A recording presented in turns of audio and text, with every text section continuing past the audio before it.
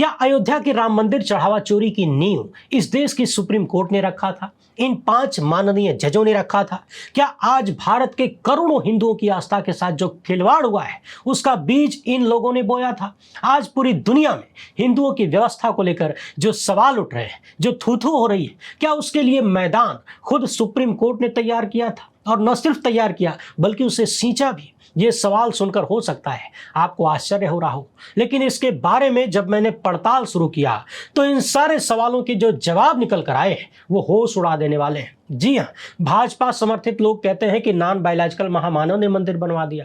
भाजपा विरोधी कहते हैं कि नहीं नहीं, वो तो सुप्रीम कोर्ट के फैसले से बना। लेकिन आज जो कहानी मैं निकाल के लाया हूं, ये कहानी राम मंदिर के मामले को कहीं और लेके जाती है। आज की ये वीडियो तैयार करने में, तथ्यों की पड़ताल करने में, सैकड़ों पन्नों को समेटकर 8 से 10 पन्ने करने में मुझे घंटों का समय लगा। इसलिए मैं आपसे उम्मीद और अपील करता हूं कि यदि मैं आपके लिए घंटों अपनी खोपड़ी खपा सकता हूं तो आप खुद के लिए इन सवालों के जवाब ढूंढने के लिए कुछ मिनट तो मेरे साथ बिता ही सकते हैं। राम के नाम पर इस देश में क्या क्या नहीं हो गया। आज आप लोग राम के नाम पर ही इस पूरे मामले को समझने के लिए इस वीडियो को आखिर तक देख लीजिए, और खेल समझ में आ जाए तो ज्यादा से ज्यादा लोगों तक शेयर करिएगा, क्योंकि अब तक इस मामले पर इस तरह से कहीं भी कोई चर्चा नहीं हुई है। इसलिए एकदम टकटकी लगाकर देखते जाइए। पहली बार है तो चैनल को सब्सक्राइब करके घंटी बजा दीजिए टन से। हर वीडियो को लाइक और शेयर करना आपकी जिम्मेदारी है। इसके अलावा आप जानते हैं कि हम किसी धन्ना सेठ या राजनीतिक दल के दम पर चलते नहीं, तभी खुलकर उन मुद्दों पर बात हो पाती है जिन्हें छुपाने के लिए गोदी मीडिया को पैदा किया गया है। हमारा काम पसंद आता हो तो इस QR कोड या फिर मोबाइल नंबर का प्रयोग करते हुए जो भी हो सके आर्थिक सहयोग भेजने का प्रयास जरूर करें। बहुत बहुत धन्यवाद। वैसे चर्चा करने से पहले मैं आपको बता दूं, वैसे बताना भी क्या है, याद दिला दूं, बताया तो कई बार है।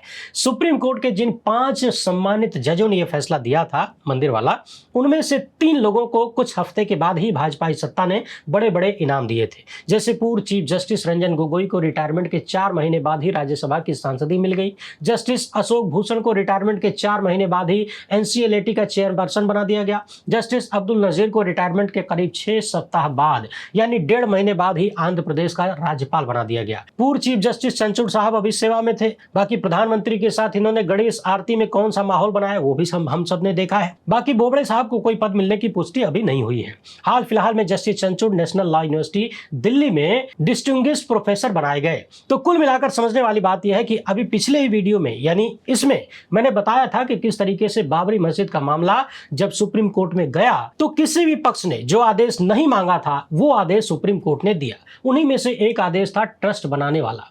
दरअसल सुप्रीम कोर्ट के पास आर्टिकल 142 के तहत पूर्ण न्याय करने की शक्ति है। इसी का इस्तेमाल करते हुए माननीय सुप्रीम कोर्ट की बेंच ने भारत सरकार को 9 नवंबर 2019 को 1993 के acquisition of certain area of Ayodhya act की धारा 6 और 7 की शक्तियों का इस्तेमाल करके योजना बनाने का आदेश दिया, ट्रस्ट या कोई अन्य व्यवस्था बनाने का आदेश दिया। 1045 पन्नों में से पेज नंबर 926 पर माननीय अदालत ने जो लिखा है आप भी अपने स्क्रीन पर देख लीजिए। यानी सुप्रीम कोर्ट ने साफ साफ कहा था कि राम मंदिर के लिए जो योजना बनानी है उसमें एक ट्रस्ट या सेक्शन 6 के तहत कोई दूसरी उचित बॉडी बनाइए, वो भी 3 महीने के भीतर। इतनी बात अपने दिमाग में रखिए और अब थोड़ी देर के लिए आपको लगभग 250 साल पीछे चलना पड़ेगा। क्या हुआ, टेंशन में आ गए क्या?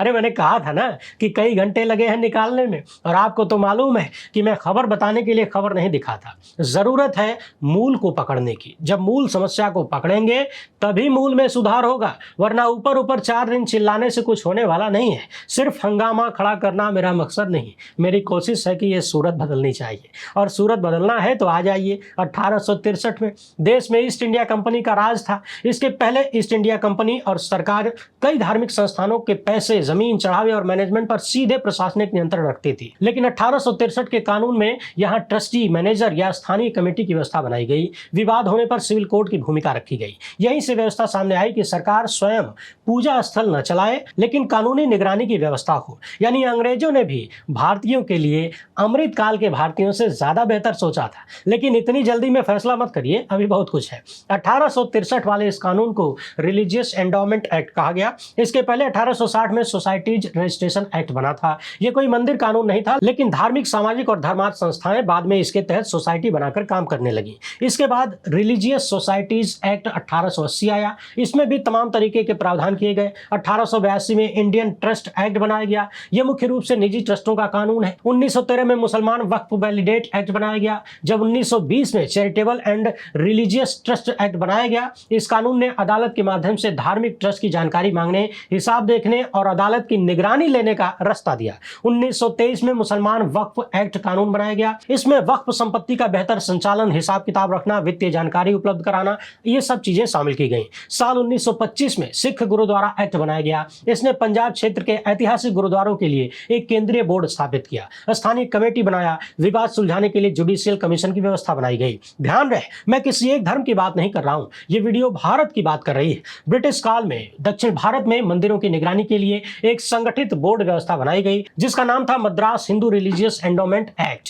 1920 के दशक से ही यह सब कुछ शुरू किया गया था। बाद में बहुत सारी चीजें बदलती रही। 1939 में बद्रीनाथ के लिए आजादी के पहले ही अलग कानून बनाया गया। इसी तरह हम देखें तो जगन्नाथपुरी मंदिर के लिए 1952 में और 1955 में कानून बनाए गए। उस समय प्रधानमंत्री थे पंडित जवाहरलाल नेहरू।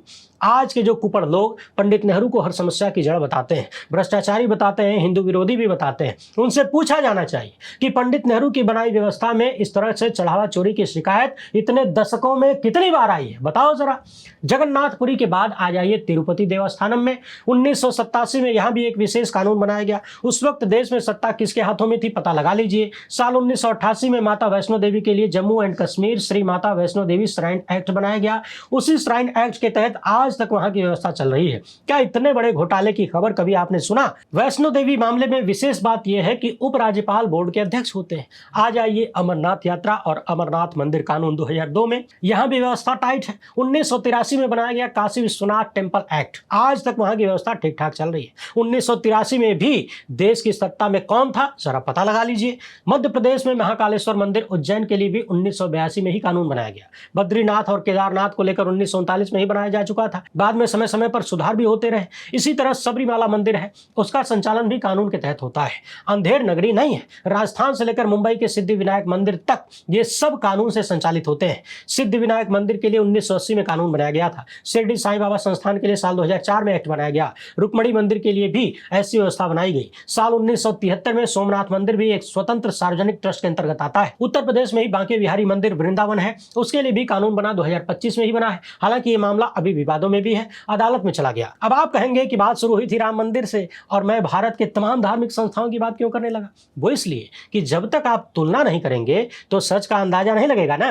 अभी अभी मैंने आपको जितनी भी धार्मिक स्थलों से संबंधित चीजें बताई, याद दिलाई। इसके अलावा देश में हजारों लाखों मंदिर हैं जो अलग अलग व्यवस्था के तहत संचालित होते हैं, ज्यादातर कानूनों के तहत संचालित होते हैं। लेकिन आप जितने बड़े और प्रसिद्ध धार्मिक स्थलों की बात करेंगे, वहां पर कुछ चीजें सामान्य रूप से पाई जाती हैं। वैष्णो देवी से लेकर तिरुपति, काशी विश्वनाथ, जगन्नाथ, महाकाल और जितने भी हैं, सब में जब आप देखेंगे, और अन्य धर्मों के बीच भी धार्मिक स्थल जो हैं वहां पर भी जब आप देखेंगे तो बड़ी स्पष्टता है। वहां साफ है कि बोर्ड कौन है, अधिकारी कौन है, पैसा कैसे आएगा, कहां जाएगा, फंड कैसे इस्तेमाल करना है, संपत्ति किसके पास रहेगी। तमाम धार्मिक स्थलों के कानून जब आप देखते हैं तो वहां साफ साफ मिलता है कि बोर्ड में कौन होगा, कार्यकाल कितना होगा, उन्हें कैसे हटाया जाएगा, कौन हटाएगा, धन का इस्तेमाल कैसे होगा, संभाला कैसे जाएगा, कौन संभालेगा, जांच कौन करेगा, रिपोर्ट कैसी आएगी, और सबसे महत्वपूर्ण बात, जिम्मेदारी तथा जवाबदेही तय की गई है।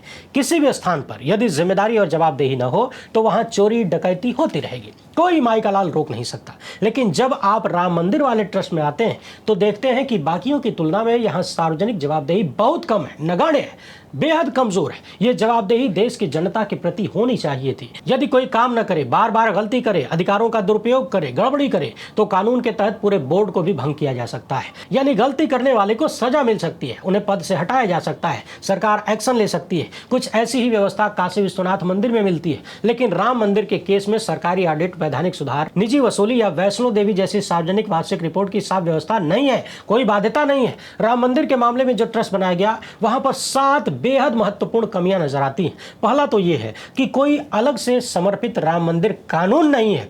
बात बात में कानून बनाने वाली, बेमतलब की कानून बनाने वाली भाजपाई सत्ता ने राम मंदिर के लिए कानून बनाने की जरूरत नहीं समझा। सबसे बड़ी समस्या यहीं पर हो जाती है। यदि कोई चीज लिखित रूप में कानून के तहत नहीं बनाई गई है, चीजें तथ्यात्मक ढंग से नहीं रखी गई हैं, तो गड़बड़ी होना तय है। यानी भाजपाई सत्ता यदि इस मामले को ईमानदारी से करना चाहती थी या चाहती तो उसने कानून बनाया होता, लेकिन ऐसा नहीं किया गया। जबकि पहले से ही देश में तमाम बड़े धार्मिक संस्थान कानूनों से नियमित होते हैं, संचालित होते हैं। चलते हैं दूसरा मामला देखिए, यहां आरटीआई लागू नहीं होती, यानी जवाबदेही नहीं है। तीसरा है कि केंद्र या यूपी सरकार के प्रति इनकी सीधी प्रशासनिक जवाबदेही बिल्कुल नहीं है, यानी वहां कोई हिसाब किताब नहीं देना है, कुछ नहीं बताना है। चौथी बड़ी कमी नजर आती है कि ट्रस्ट की लगातार विफलता पर उसे बाहर से सुपरसीड करने वाली कोई बाहरी व्यवस्था नहीं है, यानी बाहर से अपनी शक्तियों से संचालित करने वाली कोई स्पष्ट स्टैट्यूटरी अथॉरिटी नहीं रखी गई, यानी कोई कुछ भी नहीं कर सकता बाहर से, न केंद्र सरकार न राज्य सरकार। पांचवा मामला है इसकी वार्षिक रिपोर्ट संसद, विधानसभा या जनता के सामने रखने का कोई अनिवार्य प्रावधान नहीं रखा गया है, क्योंकि एक्ट नहीं है, यानी कानून नहीं। आप सोचिए कि अगर हर साल की रिपोर्ट देने का प्रावधान होता, कोई कानून बनाया गया होता, तो चोरी करने वालों को डर होता ना कि हिसाब देना है। छठा मामला है काशी विश्वनाथ जैसी कोई सरकारी ऑडिट, सरचार्ज और दोषी से निजी वसूली की विशेष व्यवस्था नहीं है, यानी काशी विश्वनाथ मंदिर में अगर किसी ने कोई गड़बड़ किया तो उससे वसूली की व्यवस्था बनाई गई है, लेकिन यहाँ पूरी छूट है। अगला मामला है कि ट्रस्टियों की अगली पीढ़ी और कई महत्वपूर्ण निर्णयों पर अंदरूनी नियंत्रण ज्यादा है, बाहरी निगरानी कम है, यानी इनके ट्रस्ट में जो भी करना धरना है ये लोग आपस में हाजी गाजी करके हुए निपटा लेंगे, कोई बाहरी नियंत्रण नहीं है। अभी आपने देखा ना, चंपत राय और अनिल मिश्रा ने इस्तीफा दिया तो ट्रस्ट के लोग आपस में गुटरगू करके इस्तीफा स्वीकार कर लेते हैं, जबकि यदि एक्ट बनाकर मजबूत प्रावधान किए गए होते तो इतने गंभीर आरोपों के बाद सरकार चाहती तो पूरे बोर्ड को भंग कर देती, चोरी करने वालों को सजा देती, उनसे वसूली होती, नए लोगों को, जिम्मेदार लोगों को बिठाया जाता।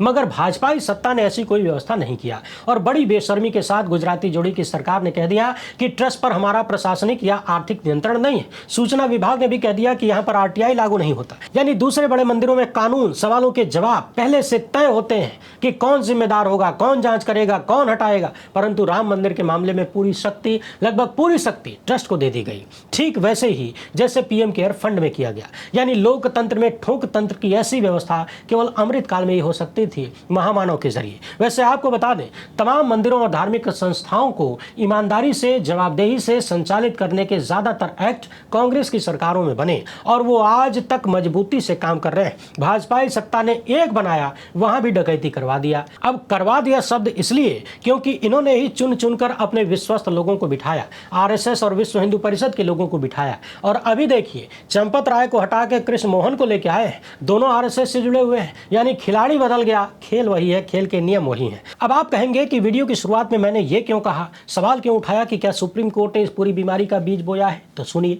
संविधान के आर्टिकल 142 के तहत पूर्ण न्याय की शक्ति का इस्तेमाल करते हुए सुप्रीम कोर्ट ने जब ट्रस्ट बनाने का निर्देश या आदेश सरकार को दिया तो निश्चित तौर पर वहां जब 3 महीने में स्कीम बना के ट्रस्ट स्थापित करने के लिए कहा गया था तो जवाबदेही की बात भी सुप्रीम कोर्ट को शामिल करनी चाहिए थी।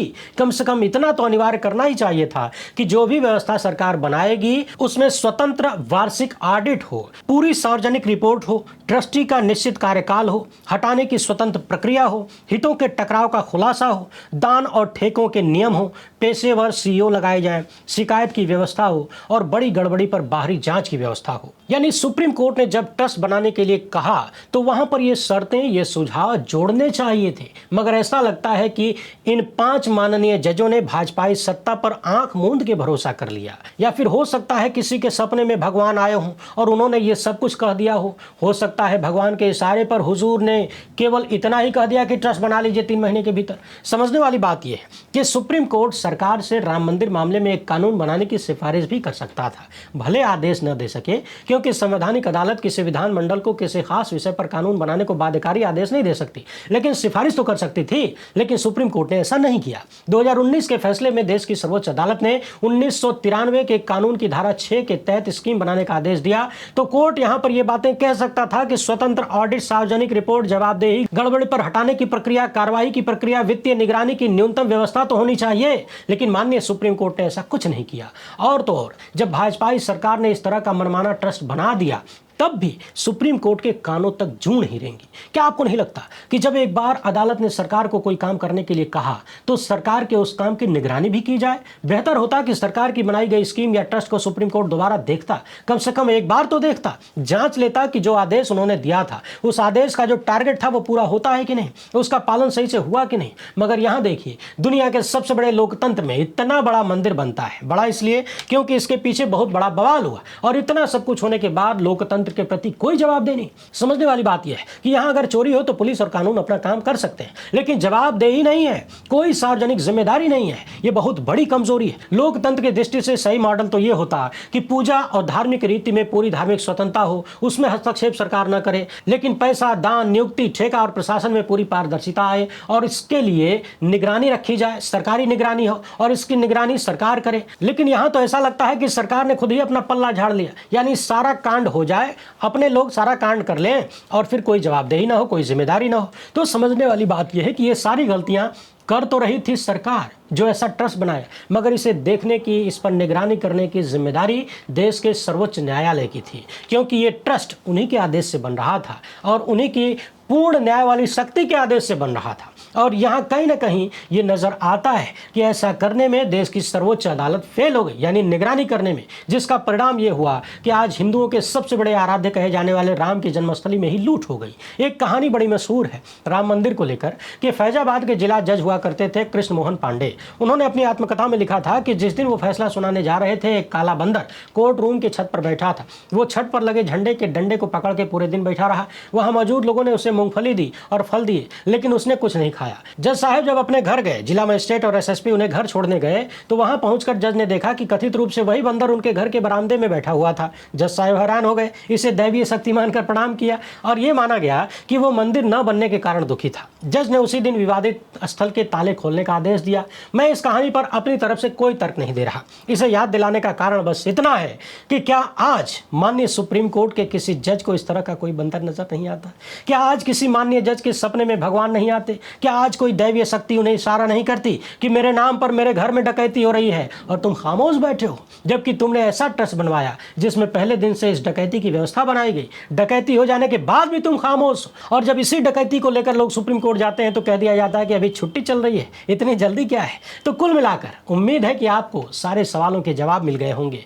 अब भलाई इसी में है कि हम और आप, पूरा देश मिलकर एक कानून की मांग करें, राम मंदिर के लिए एक विशेष कानून बनाने की मांग करें। जिस तरह से देश के तमाम बड़े धर्मस्थल कानून के तहत नियंत्रित होते हैं, उसी तरह राम मंदिर को भी चलाया जाए, वरना ये लूट होती रहेगी, कभी पकड़ में आएगी, कभी पकड़ में भी नहीं आएगी। और कुल मिलाकर समझने वाली बात यह है कि जहां कोई नियम कानून न हो, जहां कोई डर न हो, सजा पाने का भय न हो, मगर पैसा हो वो भी बेतहाशा, वहां चोरी होनी तय है। अपना जवाब कमेंट बॉक्स में जरूर लिखिएगा। वीडियो पसंद आई हो तो ज्यादा से ज्यादा लोगों तक पहुंचाएं। पहली बार है तो चैनल को सब्सक्राइब कर लीजिए। हमसे जुड़ने के लिए बहुत बहुत धन्यवाद। जय।